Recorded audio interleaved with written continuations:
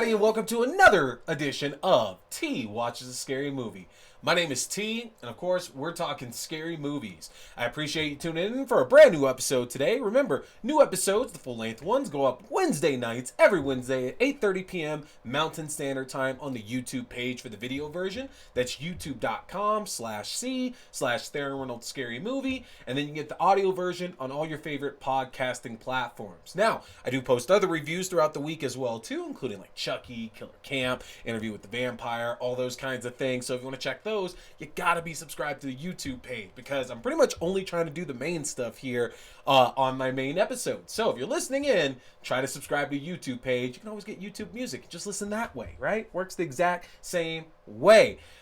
So what are we getting into tonight? Well, first of all, it was announced today. I say today. I read it the other day. It wasn't today or anything like that. But it was, excuse me, it was announced recently that, and this is big here, this is big, Tobin Bell will be returning to the next Saw movie, tentatively titled as of right now, Saw 10. Saw 10 is on its way here next year, folks, and Kevin Gruder, who directed Saw 6, which is my favorite film in the franchise, as well as Saw 7, which is definitely on the bottom part of a lot of people's in the franchise there, is returning to the director's chair. Now, we don't know any details about the story as of yet. We all know that we got, in the last movie of the Saw franchise, was Spiral. Basically a bit of a spin-off that was influenced by Saw, that told the story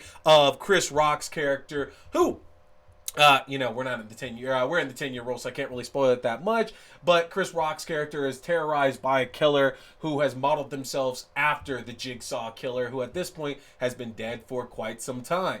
Now, here's the thing. This franchise has gone all over the place. Let's be real here. It has gone all over the place with Jigsaw being the main killer and then his many apprentices taking it up. There's Hoffman, there's Amanda, and there's even, I forget the dude's name off the top of my head, but the guy that was in Jigsaw. So there's a lot of different killers across this, and even the one that was in Spiral as well, too. So we don't really know what Tobin Bell is going to be doing in this next film. If you recall, he died in the third film, Saw 3, and after that it kind of just stuck to cameo land at that point there, where he had a small part in the role, but it wasn't really a major part of the film itself. So Lord knows if that's going to be the case with this film here as well, or if we're going to get some kind of flashback that's going to be set, or not flashback, I'm sorry, movie that's set back before Jigsaw's death so he can play a much larger role. Because at this point, yeah, there's a Bible to the series, but that doesn't mean you can't just add stuff in. Again, that's what Jigsaw did, is that we just added another random apprentice while still trying to tie it in to the rest of the film. So we don't know what's going to happen. We have no idea what's going to happen with it, but Tobin Bell is back after skipping an appearance in Spiral, and I'm excited to see what could possibly come out of this next appearance. So stay tuned, folks. It is coming out next year. So what are we discussing tonight? We are talking Barbarian. Yes, that's right. Barbarian, folks. It has finally hit streaming. It is on HBO Max right now. A lot of you got a chance to catch it in theaters a few months ago. I was not one of those lucky few who got a chance to do it. Fortunately, schedule just was a little bit too busy, but I watched it last night, and boy, oh boy. First of all, again, we're going to respect the 10-year rule, so we're not going to be spoiling the major parts of this story, because you really do, in my opinion, have to go in with your eyes closed, just ready to take in everything that's about to happen in this film. The story tells of two strangers, played by Georgina Campbell and Bill Skarsgård, who show up at the same Airbnb that they both have managed to rent on different platforms, and then they find out that something sinister is going on within this house. Now, that's as much as I can say, and probably as much as y'all know right off the back here, but what I will say is that what happened in this film, I was not expecting by a far and wide mile. I was blown away by the twist and the revelations that came out as this movie kept going on and on and on. And of course, Justin Long, who is he is a scream queen at this point. There, Justin Long, who is a horror veteran at this point, shows up in the film as one of our lead characters as well too. And I think if you've seen Justin Long when it comes to horror, that really guarantees two certain things about that movie. Number one, most of the time he's playing some kind of asshole, because as cool as Justin Long is, and he really is, I mean, if you see him in any other movie, he's always playing like the nicest guy in the world, and a guy you'd hang out with, like just this really, really cool guy that's out there. The thing about Justin Long is that when he does horror films, it doesn't really go that way at that point. So a lot of people will look at Justin Long in horror films and like kind of have it out for him, because that's just the kind of guy he is in these films. And I'm pleased to say that he keeps that trend going of being a not too likable asshole in this film, who's dealing with his own set of problems as something more nefarious continues to happen at this house in Detroit, Michigan. Now, what I will say is that it is really best to walk into this one blind. I don't know if what ends up happening in the film will really reinvent the wheel. It certainly won't. But I will say that there's a lot that gets set up kind of in the early part of this film that's going to lead you one way, and then the movie decides to just go a complete and totally opposite way that there's no way you can expect to come out.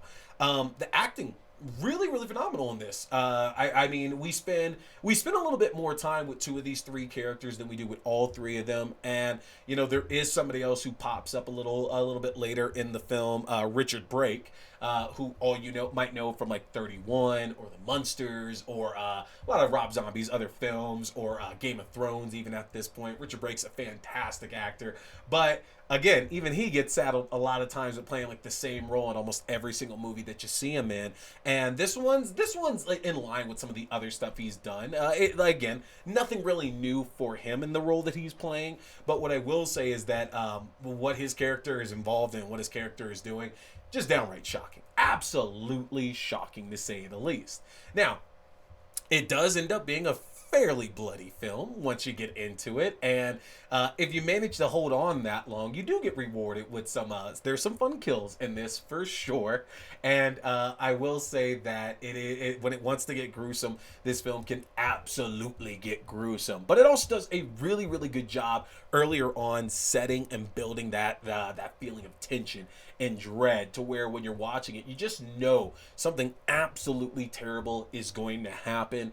And they do such a great job with setting up a different expectation of the way it ends up turning out. I know that I would think I was expecting something far, far different than what it actually ended up being, and I'm so happy about that as well too, because these days you want to be surprised. You really, really do want to be surprised by what ends up coming out of like the horror world, and to think that this is technically a Disney movie as well makes it that more hilarious. I love that Disney can help to distribute these kind of films, and somehow they just get out there further and further.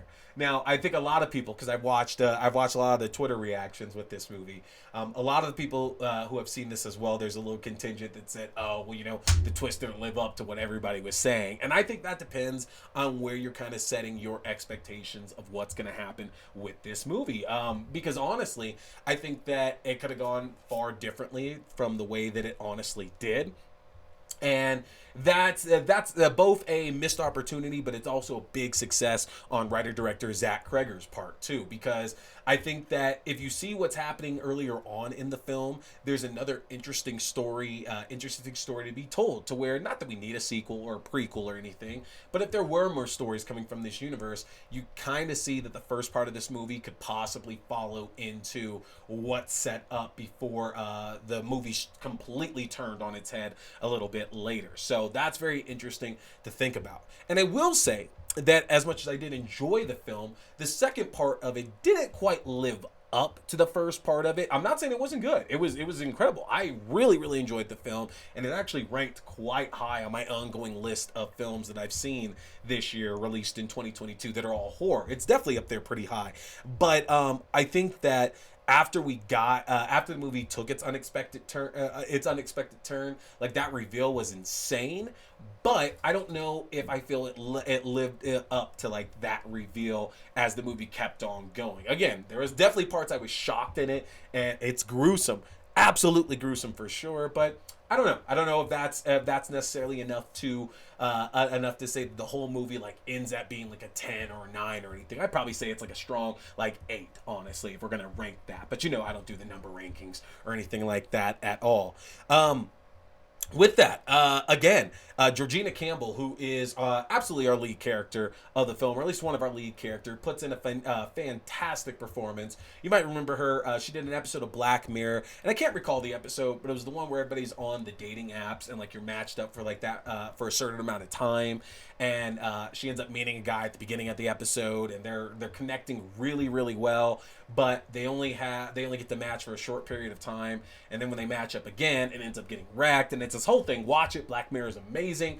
But Georgina Campbell does a phenomenal job in the role, and she helps to really set up a lot of the tension that's happening in the earlier part of this film. And that's not to say that Bill Skarsgård doesn't. I think a lot of people obviously are going to recall Bill Skarsgård's role from It, playing Pennywise the Clown, obviously.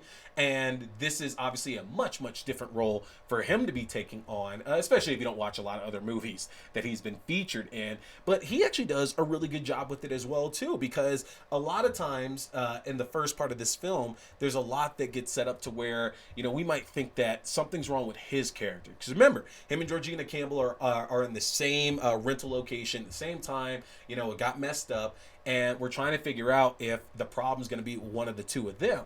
And obviously, I think we're conditioned to think that it's going to be Bill Skarsgård. He's going to be the problem with this. But then things start popping up that start suggesting, well, what if Georgina Campbell's character is ultimately the going to be the problem of this film as well? And I just love the way they play off that tension between the two, because at times it's friendly, at times it's almost romantic, and then at times it definitely gets terrifying too. So I can't say that much more about it, because this is unfortunately a film that lives or dies by the big turn that it does. A little less than halfway through the film. You really do need to check it out to enjoy it and experience for yourself. So let me know in the comments. What did you think of the twist of the film? What did you think of our actors in it? And what would you do if you end up occupying an Airbnb with the same person? I want to hear from y'all. Tell me in those comments. That was Barbarian on HBO Max right now.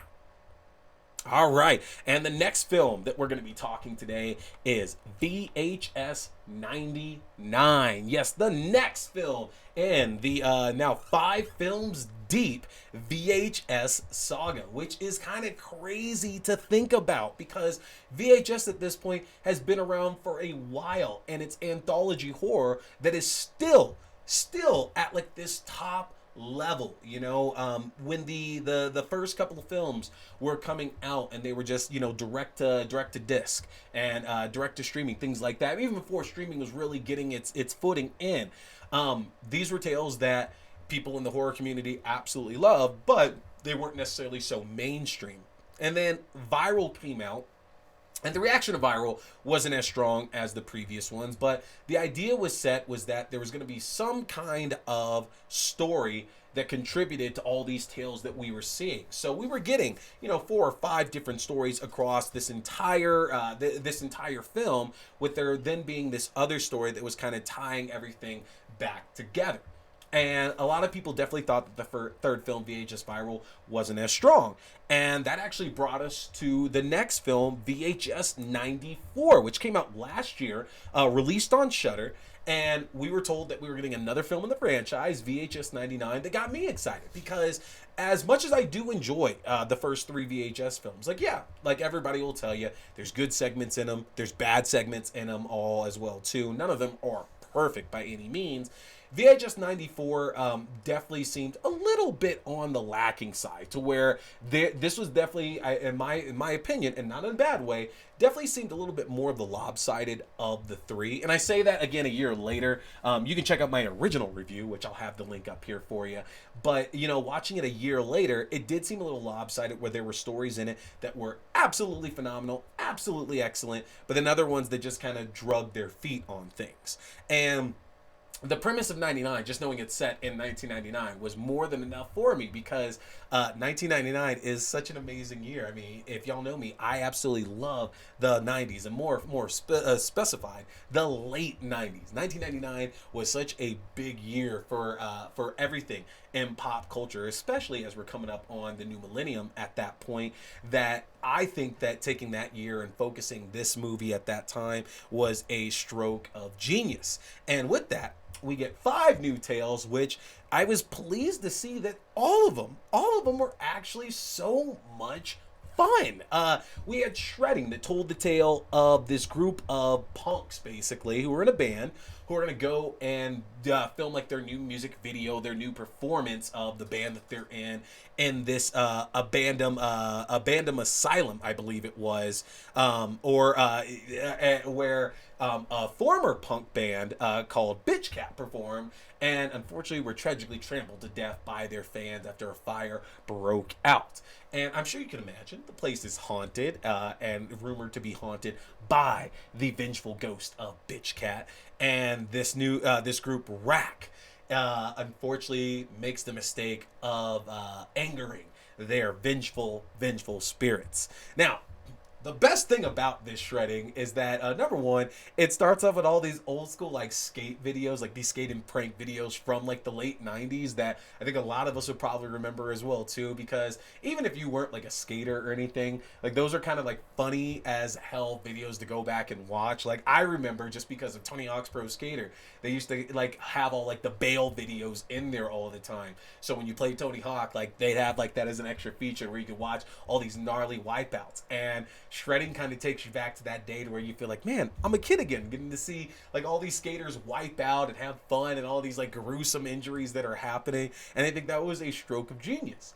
And then it goes a step further because Bitch Cat's music is actually phenomenal. And again, it's like a throwback to like late 90s punk alternative rock, which is so good, to where, man, get a Bitch Cat like album out there. Maggie Levin, who wrote and directed this segment, let's please get a Bitch Cat album out there because they fucking rock. But it was kind of a bit of a bummer, because the thing about VHS is that as much as you like the stories, they're so short. So like they have to get through so much in a quick period of time. It's like, damn it, you really would love to get a full-length movie out of these things. But needless to say, they get right to it in Shredding. And this band goes through a horrible night that they will never soon forget while producing this music video.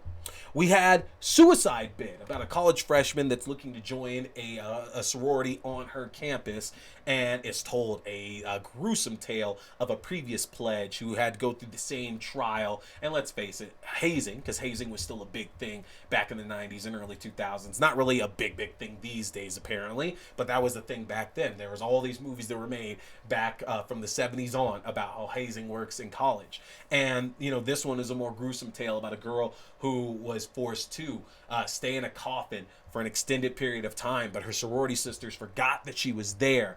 And so she eventually slumped down to the underworld and apparently terrorizes anybody that comes across this cemetery. And in order for this college freshman Lily to be a part of this sorority, she has to do the same thing. She has to spend a night in a coffin. If she makes it through, she'll make it to the sorority. Now, we know right off the jump there that this freshman's obviously set up as our sympathetic character, but when she gets locked in, we see all these terrible things start to unwind, including having to deal with a little bit of arachnophobia, which, if you're like me, didn't want to deal with anything like that in the least bit. And then having the ultimate scariest thing happen, which is what if you actually did get buried alive? And we've seen plenty of films and stories about folks getting buried alive before. One of my absolute favorites, Ryan Reynolds' Buried. Kind of like get your throwback, like what would you do in that situation? And things take an unfortunate twist for our college freshman that gets locked in this coffin. Now, Suicide Bid was written and directed by, most recently, Resident Evil Welcome to Raccoon City's Johannes Roberts. So you can kind of see a bit of his style of scares into this. Obviously, he did 48 Meters Down as well too, and he has a very distinct style, I feel, when it comes to the horror that he puts out there, and you can kind of feel it with the shots that he does, and especially the scares that pop up in this. Like, there's not much in the way of jump scares, and that's okay, because the entire tale as a whole just has this looming sense of horror right all over it, and it's an excellent tale at that. But again, it's another one that could have been served by, man, just give it 20 more minutes, and I know they can't. But I would love if there is a physical Blu-ray of this, which 94 got like the VHS copy. I actually have a VHS copy over there, VHS 94. It would be cool if, like, anytime they film these, they cut it down to, like, the 25-minute segment or so, but then there's like a 45-minute extended version on it. That would be so cool to see with that. We got Ozzy's Dungeon, which was written and directed by Zoe Cooper and Flying Lotus. About this kid show, very reminiscent of Double Dare and, of course, Legends of the Hidden Temple, about these kids who go through this game show, and the point is, at the very end, if they make it through this obstacle course, they get their biggest wish granted by Ozzy. And we get to see how gruesome this show was and how unsafe it was, which again throws back to a lot of kids' show of the 90s, to where sometimes they seem like they're the most amount of fun, but other times you kind of see what the kids go through, and it's like, my God, we really let kids do that back in the 90s, and this takes it up to a 10. And of course, it's absolutely fantastic, because the host of Ozzy's Dungeon is Stephen Ogg, who you might know from things like The Walking Dead or Grand Theft Auto 5 or Snowpiercer, who's just a phenomenal actor. And ultimately, we find out that, like a lot of these game shows back in the 90s, in case you didn't know here, that not everybody could win, because they would usually film, a season or two just in the time span of just a few days, and there's only a certain allotment of cash they can use for prizes. And of course, when one contestant doesn't win, her family decides to take matters into their own hands. Now, this one, not so much in the scares like the other stories that we've seen so far with this either, but it sets up kind of like a bit of like a hostile Saw kind of environment with it, which is really where most of the scares in this one's coming. And it's effective, but it's also really funny, because, we know we would love to see some of these hosts have to go through the same things that these kids had to go through on these shows. Like, how would they actually manage to go through it if they ended up putting, was it Kurt Fogg on Legends of the Hidden Temple? What if he had to go through the whole dungeon? I'd love to see what would happen with that. Then we have The Gawkers, which was written by Chris Lee Hill and Tyler McIntyre, and directed by Tyler McIntyre, about a group of boys who make these stop motion videos of toy soldiers.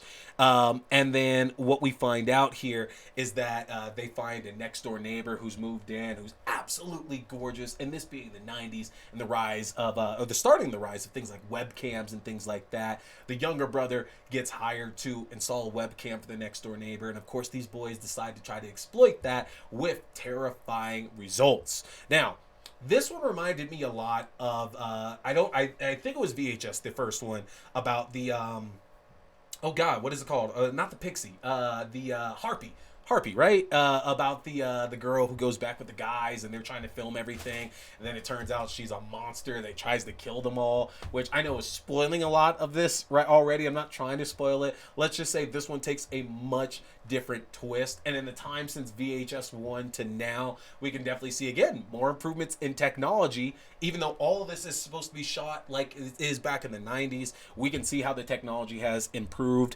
as the design of this monster in this particular segment, just fantastic. A little CGI, of course, in there, but it's still just a fantastic look for it. And our last one, which was written and directed by Vanessa and Joseph Winter, who, if you know those names, we just got done talking Deadstream the other day, a fantastic haunted house horror movie that just released here on Shudder. They come in to direct this last segment about a group of witches who are looking to rise a demon from hell in order to get their fondest desires. And the camera crew that's filming it, unfortunately, get dragged into hell when the wrong demon is summoned, and it's about them trying to escape from hell and get back to Earth before their time runs out.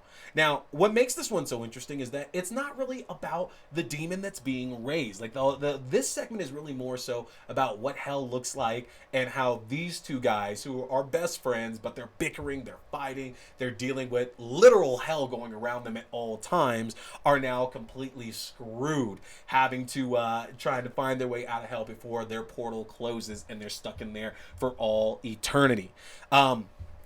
Fantastic segment, fantastic depiction of what hell looks like as well too, and I love the fact that Melanie Stone, who played our villain in Deadstream, returns as the boys' helpful guide in hell, and Joseph Winter is playing Troy, one of our cameramen, who again played Sean in Deadstream as well, and like Joseph Winter has like that distinct voice that it's almost like, man, this could definitely be Sean in a different lifetime, which it kind of is. But they do so good at like this found footage horror that this one, while it does get like insane at times, is probably the most fun I feel out of all the segments that are on there. Joseph Winter and Vanessa Winter are fantastic filmmakers, and now I feel I have to go and seek out everything that they've done, because between this and Deadstream, I'm hooked. Those guys are absolutely phenomenal with it. VHS 99, fantastic addition to the VHS franchise. It's absolutely fantastic. The way that they shoot it puts it spot on with things that are going into the 90s. It's very easy to immerse yourself. And if you're a 90s kid like me, you're going to feel right at home watching this. And we already have another sequel announced. They already made, another VHS film that's going to be coming next year. So Shudder, keep that up. And matter of fact, just make a TV show out of it at this point there. We don't have to get a movie every year. Give a couple directors, a 1 hour episode every week, 30 minutes a piece at that point. And let's just crank out like an 8 episode season, because man, at this point VHS is here to stay, and as long as the good reviews keep coming in, we're gonna get more. So you can check that one out right now on Shudder, folks. Don't miss it. VHS 99. Hey everybody, I appreciate you checking out this video, whether it was a review, whether it was a new episode, whether it was an unboxing, an interview, or whatever else. I want to remind you, you can check out my separate reviews also on my YouTube page, and new full episodes go up every Wednesday night on YouTube at 8:30 p.m. Mountain Standard Time, and on your favorite podcasting platforms at 8 p.m. Mountain Standard Time. Don't forget to hit that subscribe button, like and share. My name is T. We've been talking scary movies. Stay scared.